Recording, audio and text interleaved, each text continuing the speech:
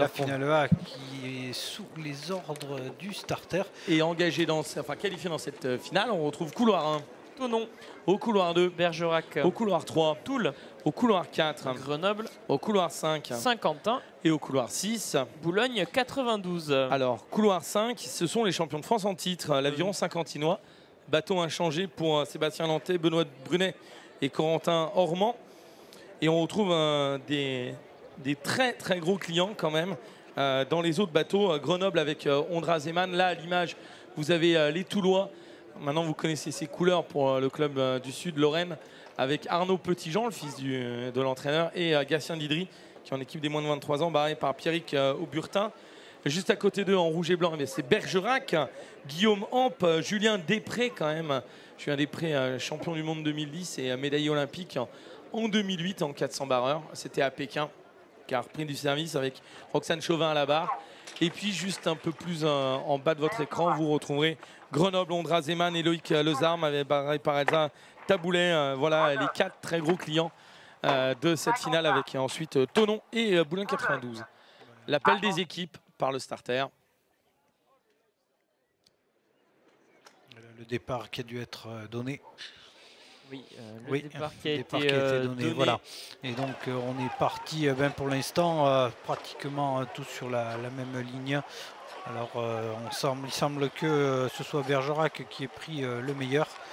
Mais il va falloir voir ce qu'il va se passer du côté de Toul et de Grenoble. Donc évidemment que là, il est important d'aller chercher de l'amplitude au niveau de geste, de la longueur pour pouvoir déplacer cette embarcation qui est très lourde. Donc s'appliquer sur la glisse du bateau. Et c'est comme ça qu'on arrive à faire avancer un 9 barré, comme un peu le 4 barré. Mais là, encore plus, il faut vraiment aller avoir une qualité de glisse exceptionnelle et être vraiment en accord avec son embarcation, ne pas la brusquer parce qu'elle peut s'arrêter très vite si on l'alimente mal.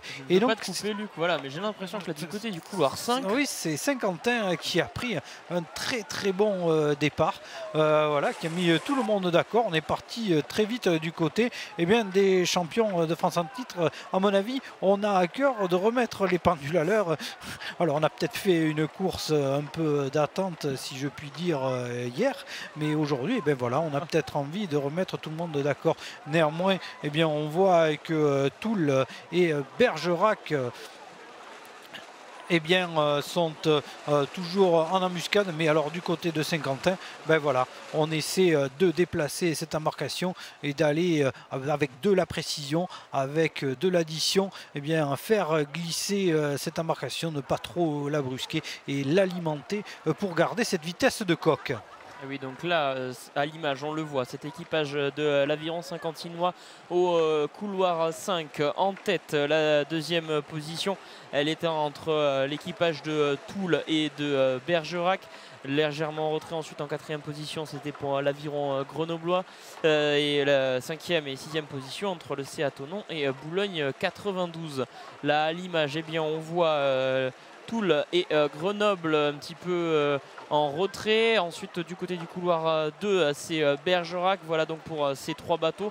Là on voit la tête des rameurs de Boulogne 92 au couloir 6 ainsi que la barreuse. Donc la barreuse c'est la personne qui est allongée, c'est ça hein, je présume, derrière les rameurs. Oui, tout à fait, c'est la personne qui dirige, mais qui a aussi un œil sur maintenant la vitesse du bateau et la cadence également pour ne pas trop descendre. Elle contrôle, elle leur donne des informations. La barreuse également, comme on l'a déjà dit, qui fait partie de l'équipage et encore plus. Alors il faut bouger le moins possible, il faut glisser le moins possible pour ne pas amplifier le geste et les accélérations du bateau. Bien sûr, le bateau il avance pas toujours à la même vitesse, on le voit quand le déplacement du corps se fait sur l'embarcation, elle a tendance à bouger et on le voit quand les rameurs arrivent donc en position groupée, on a l'arrière du bateau qui s'enfonce. Le but du jeu étant d'avoir une coque qui reste le plus stable possible parce que ça c'est de la physique.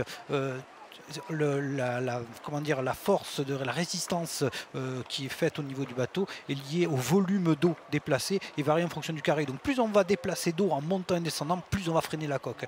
Donc l'idée d'avoir une coque qui glisse le plus possible de manière constante et donc de ne pas heurter cette embarcation. En fait, quand on est entraîneur d'aviron, on est un véritable petit technicien, que ce soit entre les réglages du bateau, mais aussi la recherche de la vitesse de coque avec les différents éléments rentrant en compte. D'accord. Et donc tout à fait, là, on retrouve voilà, les écarts qui se resserrent, semble-t-il.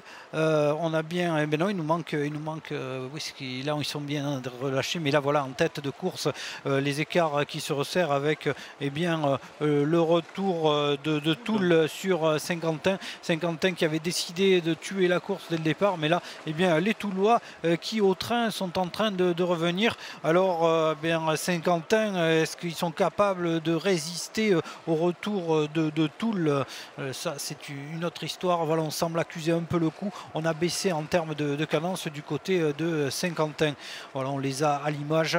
On est un peu plus posé, mais voilà, on jette un coup d'œil et voilà, c'est Toul qui est en train de passer en ce moment sur ce parcours. Donc Toul qui est en train de reprendre la main sur la première position. Et maintenant, la question, est-ce que une autre embarcation, et donc les Grenoblois vont venir s'inviter, si je puis dire, au niveau de la tête de course. Ça semble légèrement compliqué. Voilà, vous voyez les Grenoblois qui rament beaucoup plus vite et beaucoup plus court que les Toulois et les rameurs de Saint-Quentin, mais les Grenoblois qui semblent vouloir réduire l'écart maintenant. Toul qui fait la différence là, messieurs. Alors je rappelle que Toul quand même l'année dernière était vice-champion de France, hein, juste derrière Saint-Quentin. Donc on se retrouve sur un duel déjà connu l'année précédente. Toul qui est en train de faire la différence sur Saint-Quentin et de les écarter, si je puis me permettre. Et ensuite on a Bergerac et Grenoble encore un petit peu. Alors Saint-Quentin est en train de revenir, les écarts s'étaient un peu resserrés. Il faut voir ce qui s'est passé. J'ai l'impression que ça manque un tout petit peu de constance, ou alors c'est Grenoble qui ralentit, mais les écarts varient beaucoup entre ces deux embarcations. Là, il faudrait voir, on est à 400 mètres de la ligne d'arrivée, où est-ce que l'on en est au niveau des différents écarts. Ah non, alors là, voilà, c'est ce qui s'est passé. Saint-Quentin a quelques difficultés sur la fin de parcours et c'est Grenoble qui remontait, donc c'est bien Saint-Quentin qui... Bergerac. Grenoble toujours en 4e position. En fait, on a c'est peut-être le décalage de l'image là qui nous perd un peu. Il nous manque des embarcations. Voilà, donc devant Toul, la 2e position pour Bergerac, la 3e du côté de l'aviron saint-quentinois, 4 pour Grenoble, menacé par un possible retour de Boulogne 92, et le Céatonon ensuite navigue un petit peu en retrait. Non, c'est le Céatonon qui remonte sur Grenoble et Boulogne 92 un petit peu plus en retrait. Alors devant, c'est toujours cet équipage de Toul qui a fait la différence et qui a construit l'écart dans l'accès de ces 250 derniers mètres de parcours. Donc les Toulois en tête, la 2e position pour les Bergeracois, mais le retour de l'aviron saint-quentinois sur cette fin de parcours.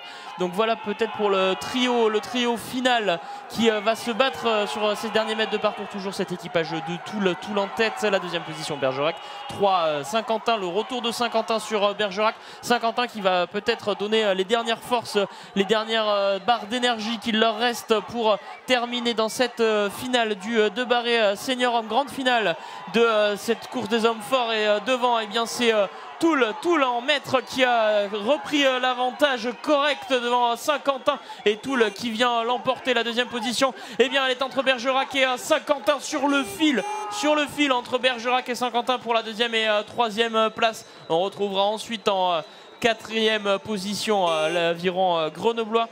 En 5e place, c'est pour le Céatonon, et prendra donc la 6e place dans cette finale A du De Barret Senior Homme, l'équipage de Boulogne 92. Donc on va attendre le résultat officiel pour savoir qui de Bergerac ou de Saint-Quentin prend la 2e place. Seb, à toi. Oui, on va aller du côté de la photo finish, évidemment, dans cette course où on a joué à 4.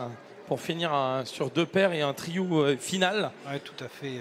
Très. Voilà, c'est une embarcation, comme on l'a dit, qui est très physique, qui est relativement lente, mais qui a été très intéressante sur cette finale. Avec, on l'a vu, deux façons d'aborder la course différente, avec Toul qui a sur la fin, si je puis dire, à l'arraché, remporté cette victoire, alors que du côté de Saint-Quentin, on est resté dans la longueur, dans l'amplitude. Voilà, il peut manquer peut-être un peu d'énergie du côté de Saint-Quentin. Confirmation du résultat, victoire et le titre national pour l'Union sportive de Toul. 2e place, médaille d'argent pour le sport nautique de Bergerac. Et 3e médaille de bronze pour l'Aviron Saint-Quentinois. 4e donc l'Aviron Grenoblois, 5e le Chablais Aviron de Thonon et 6e Boulogne 92. Voilà, et les temps affichés avec Toul qui remporte en 7-18-97, Bergerac en 7-23-31 et Saint-Quentin en médaille de bronze en 7-23-48. Il y a vraiment très peu d'écart entre ces deux embarcations. 17 centièmes.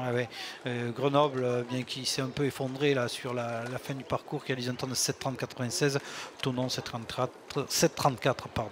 Voilà.